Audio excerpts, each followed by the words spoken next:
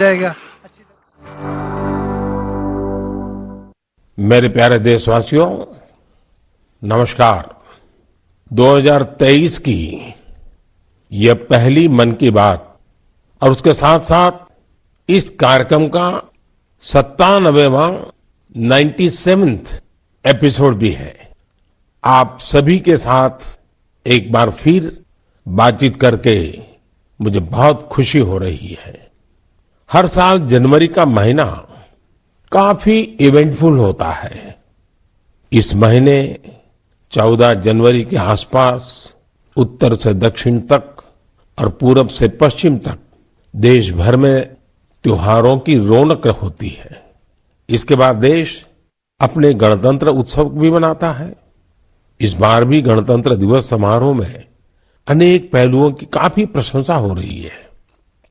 जैसलमेर से पुलकित ने मुझे लिखा है कि 26 जनवरी की परेड के दौरान कर्तव्य पथ का निर्माण करने वाले श्रमिकों को देखकर बहुत अच्छा लगा। कानपुर से जया ने लिखा है कि उन्हें परेड में शामिल झांकियों में भारतीय संस्कृति के विभिन्न पहलुओं को देखकर आनंद आया। इस परेड में पहली बार हिस्सा लेने वाली विमेन कैमल राइडर्स और सीआरपीएफ की महिला टुकड़ी भी काफी सराहना हो रही है। साथियों, देहरादून के वत्सल जी ने मुझे लिखा है कि 25 जनवरी का मैं हमेशा इंतजार करता हूं, क्योंकि उस दिन पद्म पुरस्कारों की घोषणा होती है और एक प्रकार से 25 तारीख की शाम ही मेरी 26 जनवरी के उमंग को और बढ़ा देती है। जमीनी स्तर पर अपने समर्पण और सेवा भाव से उपलब्धि हासिल करने वालों को पीपल्स पद्म को लेकर भी कई लोगों ने अपनी भावनाएं साझा की है। इस बार पद्म पुरस्कार से सम्मानित होने वालों में जनजातीय समुदाय और जनजातीय जीवन से जुड़े लोगों का अच्छा खासा प्रतिनिधित्व रहा है। जनजातीय जीवन शहरों की भागदौड़ से अलग होता है, उसकी चुनौतियां भी अलग होती है। इसके बावजूद जनजातीय समाज अपनी परंपराओं को सहेजने के लिए हमेशा तत्पर रहते हैं। जनजातीय समुदाय से जुड़ी चीजों के संरक्षण और उन पर रिसर्च के प्रयास भी होते हैं। ऐसे ही टोटो, हो, कुई, कुवी और मांडा जैसी जनजातीय भाषाओं पर काम करने वाले कई महानुभावों को पद्म पुरस्कार मिले हैं। यह हम सभी के लिए गर्व की बात है। धानीराम टोटो, जानूम सी सॉय और बी रामकृष्ण रेड्डी जी के नाम अब तो पूरा देश उनसे परिचित हो गया है। सिद्दी, जारवा और ओंगे जैसे आदि जनजाति के साथ काम करने वाले लोगों को भी इस बार सम्मानित किया गया है। जैसे हीराबाई लोबी, रतन चंद्र कार और ईश्वर चंद्र वर्मा जी। जनजातीय समुदाय हमारी धरती, हमारी विरासत का अभिन्न हिस्सा रहे हैं। देश और समाज के विकास में उनका योगदान बहुत महत्वपूर्ण है। उनके लिए काम करने वाले व्यक्तित्वों का सम्मान नई पीढ़ी को भी प्रेरित करेगा। इस वर्ष पद्म पुरस्कारों की गूंज उन इलाकों में भी सुनाई दे रही है जो नक्सल प्रभावित हुआ करते थे। अपने प्रयासों से नक्सल प्रभावित क्षेत्रों में गुमराह युवकों को सही राह दिखाने वालों को पद्म पुरस्कारों से सम्मानित किया गया है। इसके लिए कांकेर में लकड़ी पर नक्काशी करने वाले अजय कुमार मंडावी और गढ़चिरौली के प्रसिद्ध झाड़ीपट्टी रंगभूमि से जुड़े परशुराम कोमाजी खुणे को भी ये सम्मान मिला है।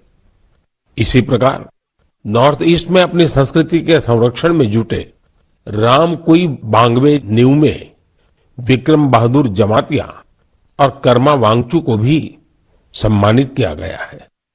साथियों, इस बार पद्म पुरस्कार से सम्मानित होने वालों में कई ऐसे लोग शामिल हैं जिन्होंने संगीत की दुनिया को समृद्ध किया है। कौन होगा जिसको संगीत पसंद ना हो?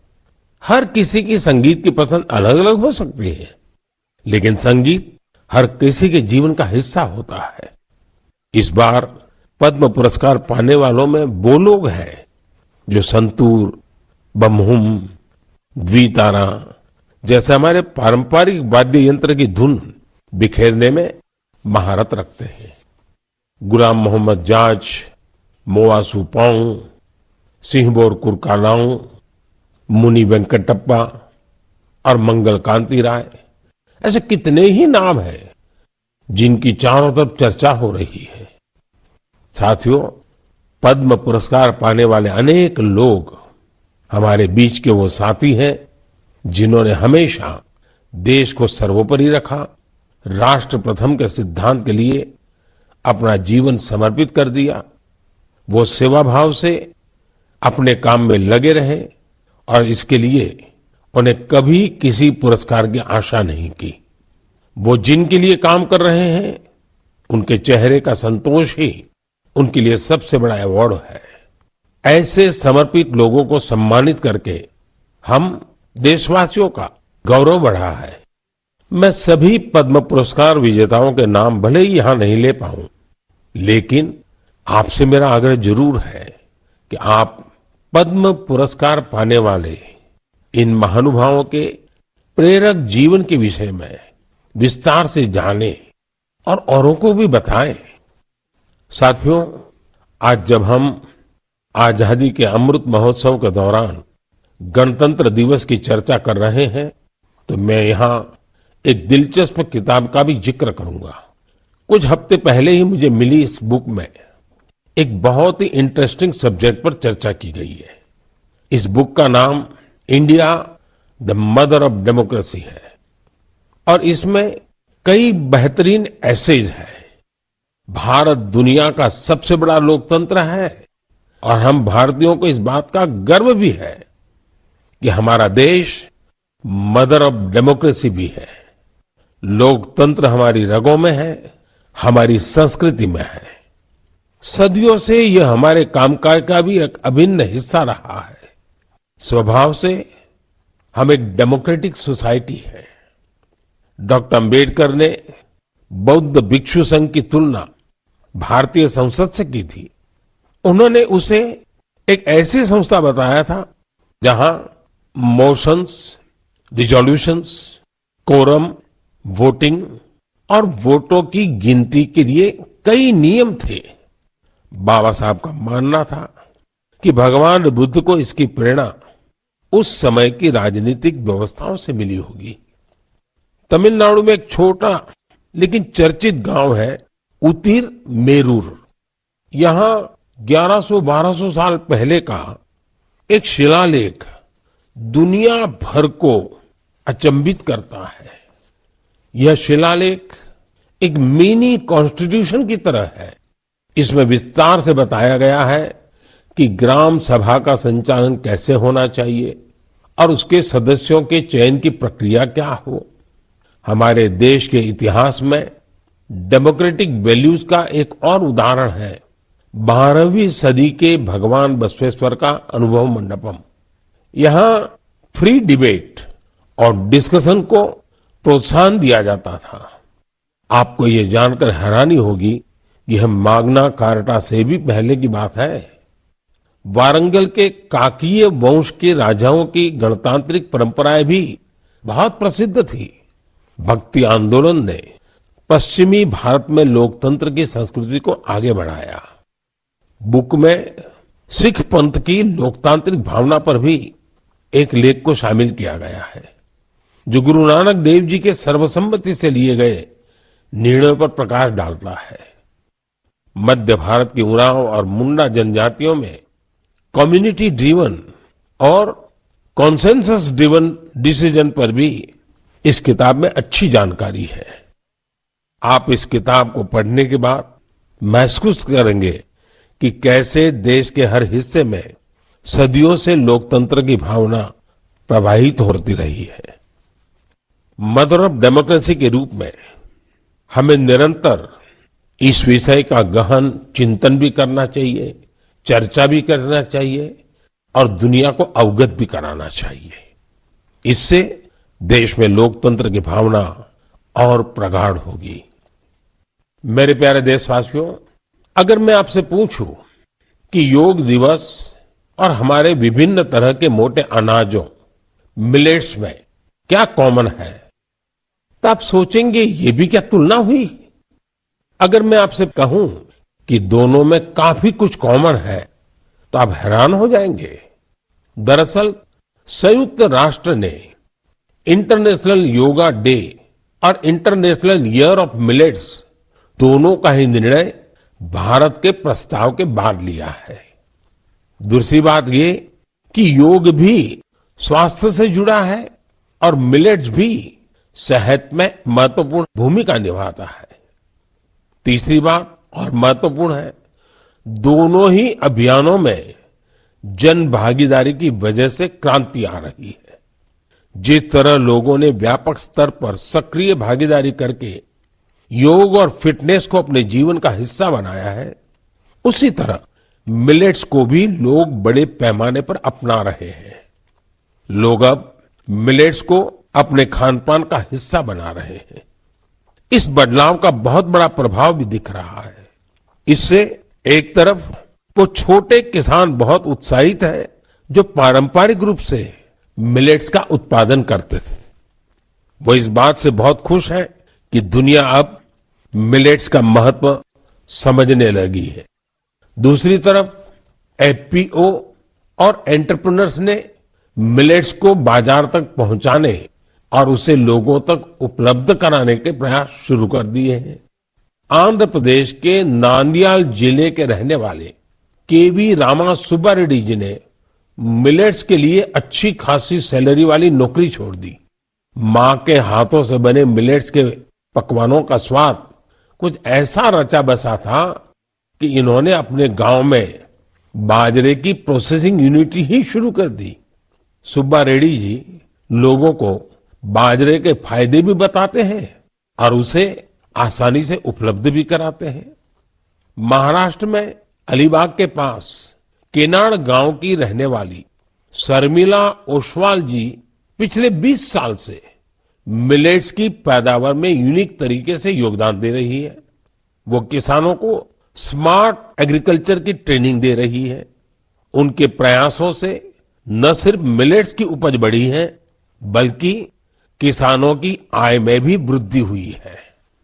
अगर आपको छत्तीसगढ़ के रायगढ़ जाने का मौका मिले तो यहाँ के मिलेट्स कैफे जरूर जाइएगा। कुछ ही महीने पहले शुरू हुए इस मिलेट्स कैफे में चीला, डोसा, मोमोज, पिज्जा और मंचूरियन जैसे आइटम खूब पॉपुलर हो रहे हैं। मैं आपसे एक और बात पूछूं, आपने एंटरप्रेन्योर शब्द सुना होगा, लेकिन क्या आपने मिलेटप्रेन्योर सुना है क्या? ओडिशा की मिलेटप्रेन्योर्स आजकल खूब सुर्खियों में है। आदिवासी जिले सुंदरगढ़ की करीब 1,500 महिलाओं का self help group Odisha millets mission से जुड़ा हुआ है। यहाँ महिलाएं मिलेट से कुकीज, रसगुल्ला, गुलाब जामुन और केक तक बना रही है। बाजार में इनकी खूब डिमांड होने से महिलाओं की आमदनी भी बढ़ रही है। कर्नाटका के कलबुर्गी में Aland Bhutai millets farmers producer company ने पिछले साल Indian institute of millets research की देखरेख में काम शुरू किया। यहाँ के खाकरा, बिस्कुट और लड्डू लोगों को भा रहे हैं। कर्नाटका के ही बीदर जिले में हुलसूर मिलेट प्रोड्यूसर कंपनी से जुड़ी महिलाएं मिलेट्स की खेती के साथ ही उसका आटा भी तैयार कर रही है। इससे इसकी कमाई भी काफी बढ़ रही है। प्राकृतिक खेती से जुड़े छत्तीसगढ़ के संदीप शर्मा जी के एफपीओ से आज 12 राज्यों के किसान जुड़े हैं। बिलासपुर का यह एफपीओ 8 प्रकार के मिलेट्स का आटा और उसके व्यंजन बना रहा है। साथियों, आज हिंदुस्तान के कोने कोने में G20 की समिट्स लगातार चल रही है और मुझे खुशी है कि देश के हर कोने में जहां भी G20 की समिट हो रही है, मिलेट से बने पौष्टिक और स्वादिष्ट व्यंजन उसमें शामिल होते हैं। यहाँ बाजार से बनी खिचड़ी, पोहा, खीर और रोटी के साथ ही रागी से बने पायसम, पूड़ी और डोसा जैसे व्यंजन भी परोसे जाते हैं। G20 के सभी वेन्यूज पर मिलेट एग्जीबिशन में मिलेट से बनी हेल्थ ड्रिंक, सीरियल्स और नूडल्स को शोकेस किया गया। दुनिया भर में इंडियन मिशंस भी इनकी लोकप्रियता बढ़ाने के लिए भरपूर प्रयास कर रहे हैं। आप कल्पना कर सकते हैं कि देश का ये प्रयास और दुनिया में बढ़ने वाली मिलेट्स की डिमांड हमारे छोटे किसानों को कितनी ताकत देने वाली है। मुझे देखकर भी अच्छा लगता है कि आज जितने तरह की नई नई चीजें मिलेट से बनने लगी हैं, वो युवा पीढ़ी को भी उतनी ही पसंद आ रही है।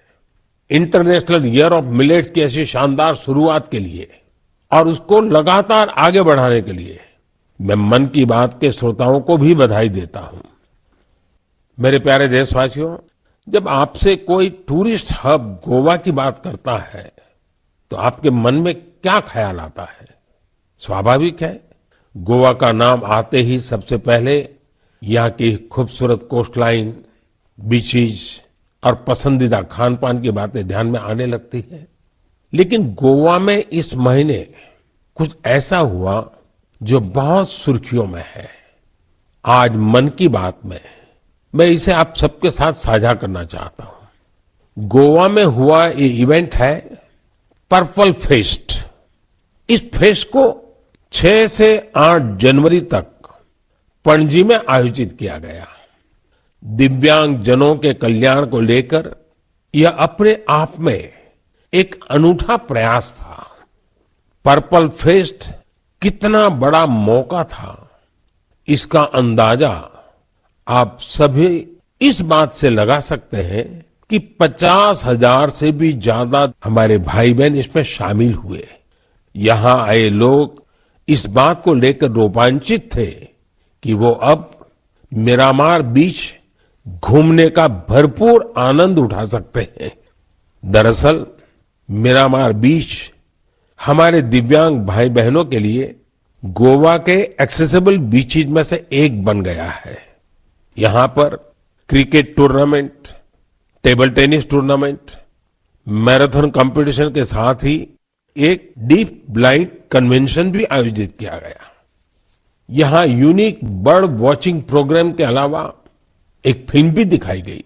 इसके लिए विशेष इंतजाम किए गए थे ताकि हमारे सभी दिव्यांग भाई बहन और बच्चे इसका पूरा आनंद ले सके।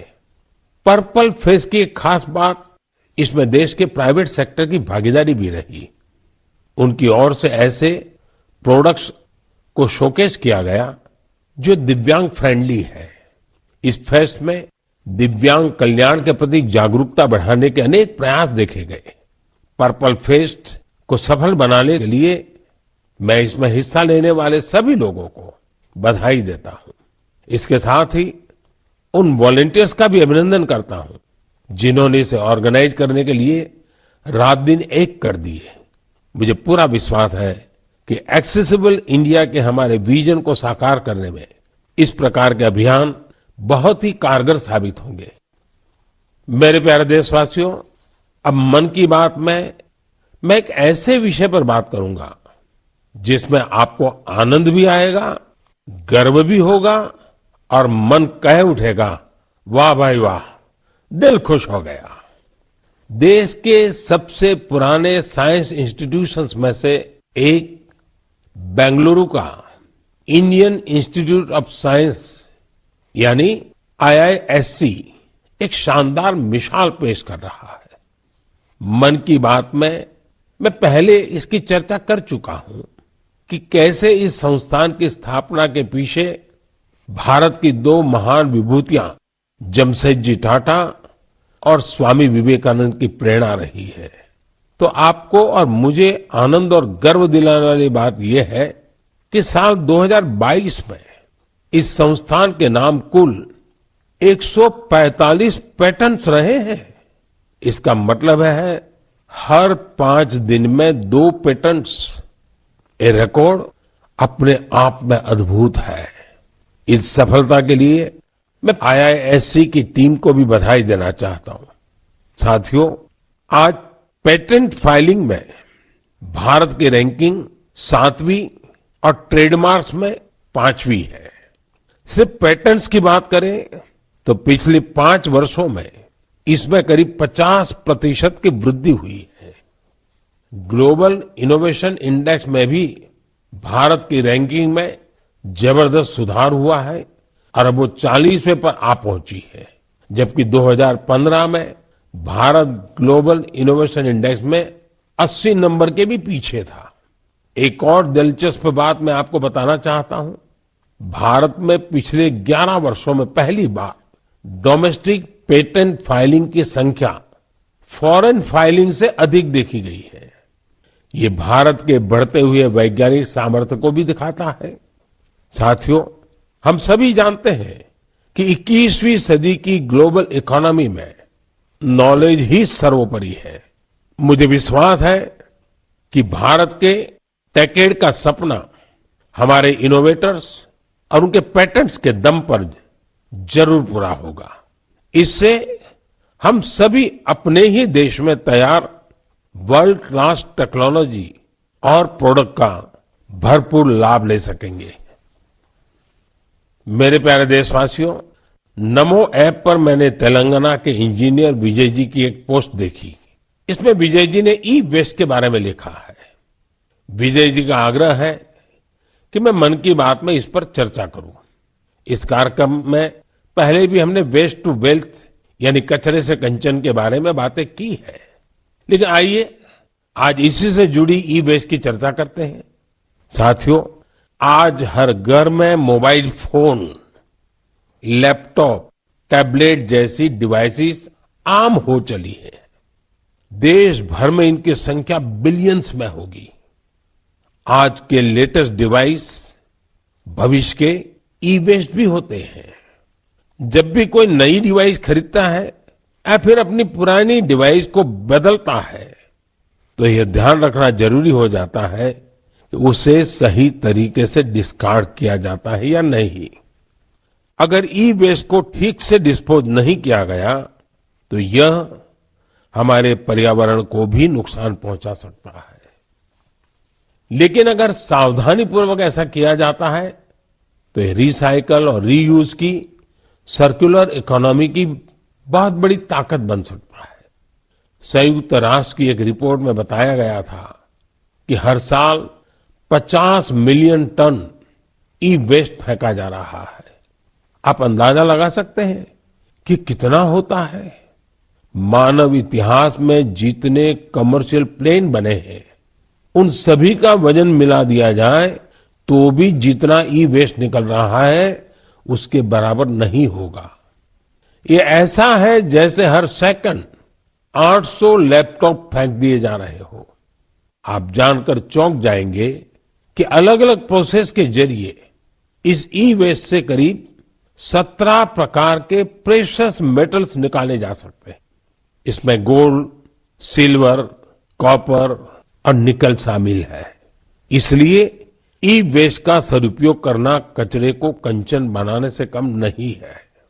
आज ऐसे स्टार्टअप्स की कमी नहीं जो इस दिशा में इनोवेट काम कर रहे हैं। आज करीब 500 ई वेस्ट रिसाइकलर्स इस क्षेत्र से जुड़े हैं और बहुत सारे नए उद्यमियों को भी इससे जोड़ा जा रहा है। इस सेक्टर ने हजारों लोगों को सीधे तौर पर रोजगार भी दिया है। बेंगलुरु की ई परिसरा ऐसे ही एक प्रयास में जुटी है। इसने प्रिंटेड सर्किट बोर्ड्स की कीमती धातुओं को अलग करके ही स्वदेशी टेक्नोलॉजी विकसित की है। इसी तरह मुंबई में काम कर रही इकोरिको ने मोबाइल ऐप से ई वेस्ट को कलेक्ट करने का सिस्टम तैयार किया है। उत्तराखंड के रुड़की की एटेरो रिसाइकलिंग ने तो इस क्षेत्र में दुनिया भर में कई पेटेंट्स हासिल किए हैं। इसने भी खुद की ई वेस्ट रिसाइकल टेक्नोलॉजी तैयार कर काफी नाम कमाया है। भोपाल में मोबाइल ऐप और वेबसाइट कबाड़ीवाला के जरिए टनों ई वेस्ट एकत्र किया जा रहा है। इस तरह के कई उदाहरण हैं। ये सभी भारत को ग्लोबल रिसाइकलिंग हब बनाने में मदद कर रहे हैं। लेकिन ऐसे इनिशिएटिव की सफलता के लिए एक जरूरी शर्त भी है। वो ये है कि ई वेस्ट के निपटारे से सुरक्षित उपयोगी तरीकों के बारे में लोगों को जागरूक करते रहना होगा। ई वेस्ट के क्षेत्र में काम करने वाले बताते हैं कि अभी हर साल सिर्फ 15-17% ई वेस्ट को ही रिसाइकल किया जा रहा है। मेरे प्यारे देशवासियों, आज पूरी दुनिया में क्लाइमेट चेंज और बायोडायवर्सिटी के संरक्षण की बहुत चर्चा होती है। इस दिशा में भारत के ठोस प्रयासों के बारे में हम लगातार बात करते रहे हैं। भारत ने अपने वेटलैंड्स के लिए जो काम किया है वो जानकर आपको भी बहुत अच्छा लगेगा। कुछ श्रोता सोच रहे होंगे कि वेटलैंड्स क्या होता है। वेटलैंड साइट्स यानी वो स्थान जहां दलदली मिट्टी जैसी जमीन पर साल भर पानी जमा रहता है। कुछ दिन बाद 2 फरवरी को ही वर्ल्ड वेटलैंड्स डे है। हमारी धरती के अस्तित्व के लिए वेटलैंड्स बहुत जरूरी है, क्योंकि इन पर कई सारे पक्षी, जीव, जंतु निर्भर करते हैं। ये बायोडायवर्सिटी को समृद्ध करने के साथ फ्लड कंट्रोल और ग्राउंड वाटर रिचार्ज को भी सुनिश्चित करते हैं। आप में से बहुत लोग जानते होंगे रामसर साइट्स ऐसे वेटलैंड्स होते हैं जो इंटरनेशनल इंपॉर्टेंस के हैं। वेटलैंड्स भले ही किसी देश में हो, लेकिन उन्हें अनेक मापदंडों को पूरा करना होता है, तब जाकर उन्हें रामसर साइट्स घोषित किया जाता है। रामसर साइट्स में 20,000 या उससे अधिक वाटर बर्ड्स होने चाहिए। स्थानीय मछली की प्रजातियों का बड़ी संख्या में होना जरूरी है। आजादी के 75 साल पर अमृत महोत्सव के दौरान रामसर साइट से जुड़ी एक अच्छी जानकारी भी मैं आपके साथ शेयर करना चाहता हूं। हमारे देश में अब रामसर साइट्स की कुल संख्या 75 हो गई है, जबकि 2014 के पहले देश में सिर्फ 26 रामसर साइट्स थी। इसके लिए स्थानीय समुदाय बधाई के पात्र हैं, जिन्होंने इस बायोडायवर्सिटी को संजोकर रखा है। यह प्रकृति के साथ सद्भाव पूर्वक रहने की हमारी सदियों पुरानी संस्कृति और परंपरा का भी सम्मान है। भारत के ये वेटलैंड्स हमारी प्राकृतिक सामर्थ्य का भी उदाहरण है। ओडिशा की चिल्का झील को 40 से अधिक वाटर बर्ड स्पीशीज को आश्रय देने के लिए जाना जाता है। कैबुल लमजाम लोकटाक को स्वैम्प डियर का एकमात्र नेचुरल हैबिटेट माना जाता है। तमिलनाडु के वेर्थांगल को 2022 में रामसर साइट घोषित किया गया। यहाँ की बर्ड पॉपुलेशन को संरक्षित करने का पूरा श्रेय आसपास के किसानों को जाता है। कश्मीर में पंजाथ नाग समुदाय एनुअल फ्रूट ब्लॉसम फेस्टिवल के दौरान एक दिन को विशेष तौर पर गांव के झरने की साफ सफाई में लगाता है। वर्ल्ड रामसर साइट में अधिकतर यूनिक कल्चरल हेरिटेज भी है। मणिपुर का लोकटाक और पवित्र झील रेणुका से वहां की संस्कृतियों का गहरा जुड़ाव रहा है। इसी प्रकार संभार का नाता मां दुर्गा के अवतार शाकंभरी देवी से भी है। भारत में वेटलैंड्स का ये विस्तार उन लोगों की वजह से संभव हो पा रहा है जो रामसर साइट्स के आसपास रहते हैं। मैं ऐसे सभी लोगों की बहुत सराहना करता हूं। मन की बात के श्रोताओं की तरफ से उन्हें शुभकामनाएं देता हूं। मेरे प्यारे देशवासियों, इस बार हमारे देश में, खासकर उत्तर भारत में खूब कड़ाके की सर्दी पड़ी। इस सर्दी में लोगों ने पहाड़ों पर बर्फबारी का मजा भी खूब लिया। जम्मू कश्मीर से कुछ ऐसी तस्वीरें आई जिन्होंने पूरे देश का मन मोह लिया। सोशल मीडिया पर तो पूरी दुनिया के लोग इन तस्वीरों को पसंद कर रहे हैं। बर्फबारी की वजह से हमारी कश्मीर घाटी हर साल की तरह इस बार भी बहुत खूबसूरत हो गई है। बनिहाल से बड़गाम जाने वाली ट्रेन की वीडियो को भी लोग खासकर पसंद कर रहे हैं। खूबसूरत बर्फबारी, चारों ओर सफेद चादर सी बर्फ। लोग कह रहे हैं कि यह दृश्य परिलोक की कथाओं सा लग रहा है। कई लोग कह रहे हैं कि ये किसी विदेश की नहीं बल्कि अपने ही देश में कश्मीर की तस्वीरें हैं। एक सोशल मीडिया यूजर ने लिखा है कि स्वर्ग इससे ज्यादा खूबसूरत और क्या होगा। ये बात बिल्कुल सही है, तभी तो कश्मीर को धरती का स्वर्ग कहा जाता है। आप भी इन तस्वीरों को देखकर कश्मीर के शहर जाने का जरूर सोच रहे होंगे। मैं चाहूंगा आप खुद भी जाइए और अपने साथियों को भी ले जाइए। कश्मीर में बर्फ से ढके पहाड़, प्राकृतिक सौंदर्य के साथ साथ और भी बहुत कुछ देखने जानने के लिए है। जैसे कि कश्मीर के सैयदाबाद में विंटर गेम्स आयोजित किए गए। इन गेम की थीम थी स्नो क्रिकेट। आप सोच रहे होंगे कि स्नो क्रिकेट तो ज्यादा ही रोमांचक खेल होगा। आप बिल्कुल सही सोच रहे हैं। कश्मीरी युवा बर्फ के बीच क्रिकेट को और भी अद्भुत बना देते हैं। इसके जरिए कश्मीर में ऐसे युवा खिलाड़ियों की तलाश भी होती है जो आगे चलकर टीम इंडिया के तौर पर खेलेंगे। ये भी एक तरह से खेलो इंडिया मूवमेंट का ही विस्तार है। कश्मीर में युवाओं में खेलों को लेकर बहुत उत्साह बढ़ रहा है। आने वाले समय में इनमें से कई युवा देश के लिए मेडल जीतेंगे, तिरंगा लहराएंगे। मेरा आपको सुझाव होगा कि अगली बार जब आप कश्मीर की यात्रा प्लान करें तो इन तरह के आयोजनों को देखने के लिए भी समय निकालें। ये अनुभव आपकी यात्रा को और भी यादगार बना देंगे।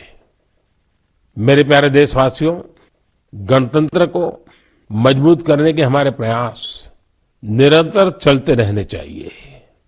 गणतंत्र मजबूत होता है जनभागीदारी से, सबका प्रयास से, देश के प्रति अपने अपने कर्तव्यों को निभाने से। और मुझे संतोष है कि हमारा मन की बात ऐसे कर्तव्यनिष्ठ सेनानियों की बुलंद आवाज है। अगली बार फिर से मुलाकात होगी ऐसे कर्तव्यनिष्ठ लोगों की दिलचस्प और प्रेरक गाथाओं के साथ। बहुत बहुत धन्यवाद।